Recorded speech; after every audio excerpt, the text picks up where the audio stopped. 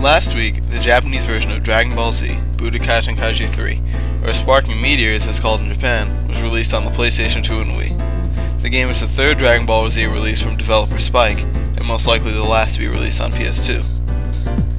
I feel that the Sparking games are best described as Dragon Ball Z sims, since nothing comes close to the feel and control of this game, except for maybe a few Gundam games. Chances are you've seen at least one episode of Dragon Ball Z in your life, and if you're not a fan, I won't waste any more of your time. This game isn't for you. This game, at heart, is DBZ. You've got your buff men beating the crap out of each other in huge barren areas. You've got your generic desert, generic field, generic mountains that look a lot like your desert, and some foreign planets tossed in there. Interesting new stages include space outside of planet Vegeta, and Hell, or at least some version of it. In addition to the new stages, day, night, and dusk variations of the stages were added, allowing you to even further control the settings for your epic battles. Without really going into detail about the gameplay, Sparking Meteor is relatively the same as its predecessor, with new tweaks here and there. New features include the Sonic Sway, a very flashy dodging and counter technique, and a bunch of new ways to pursue and teleport, to generally make a ping pong ball out of your opponent. Honestly, just looking at the gameplay, you probably wouldn't be able to tell the difference between Sparking 2 and 3, but that's not necessarily a bad thing. The already solid gameplay system was tweaked and tightened as opposed to giving a complete overhaul. Of course, this gave Spike more time to work on what apparently matters most to their fans: characters. Sparking Meteor has a roster of over 150 different characters and forms, including multiple versions of the main characters from different points in the series. Though the roster hasn't seen any really major additions since the last game, it never hurts to add more. A lot of the new additions include characters from Dragon Ball, the original series, like a younger Chi-Chi and Tambourine, Piccolo's henchman. Pretty much every Dragon Ball character you can think of, and a couple that you can't. Even if you don't care for the new additions, you'll start the game with just about every character from Neo Sparking unlocked for play already. Of course, with the new Dragon Ball Z game comes a new way to play through the story of the series. Sparking Meteor's story mode is surprisingly light considering how large the character roster is. You'll play through the 4 major sagas and some other scenarios based off Dragon Ball, Dragon Ball GT, and the movies. Multiple battles against the same opponent were condensed into single fights, and lesser fights were dropped altogether. The RPG portion of story mode has been removed completely. Depending on how you look at it, this could be a good or a bad thing. On one end, you'll get through story mode and unlocking most of the characters relatively quickly. The story mode will only take you about 3 to 5 hours, depending on your level of play and difficulty. On the other hand, you won't be seeing as many cutscenes or real story development outside of the in-battle cues. Honestly, I like the shortened story mode, as I've played through the same thing over a dozen times now, with all the Dragon Ball games that have been released in the past 10 years. There's still around 40 battles, which is plenty, and there are a couple funny what-if scenarios that are tossed into the mix. Of course, if you really want to go through all the other battles, you can do it on your own in Versus mode. There's even a replay mode if you want to record and show your friends.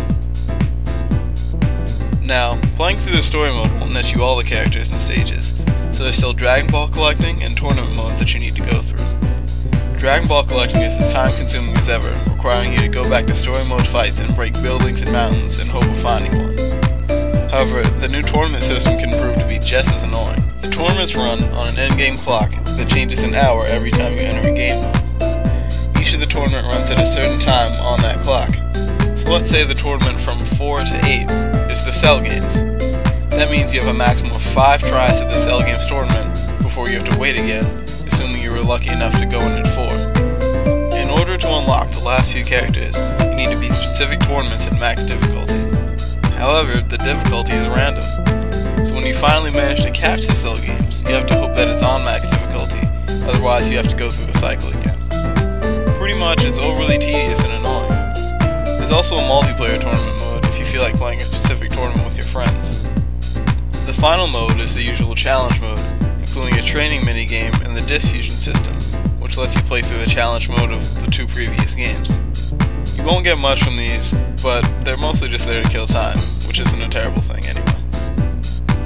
Also, like the previous games, Sparking Meteor includes the Evolution, a method of customizing character stats, appearance, and ability.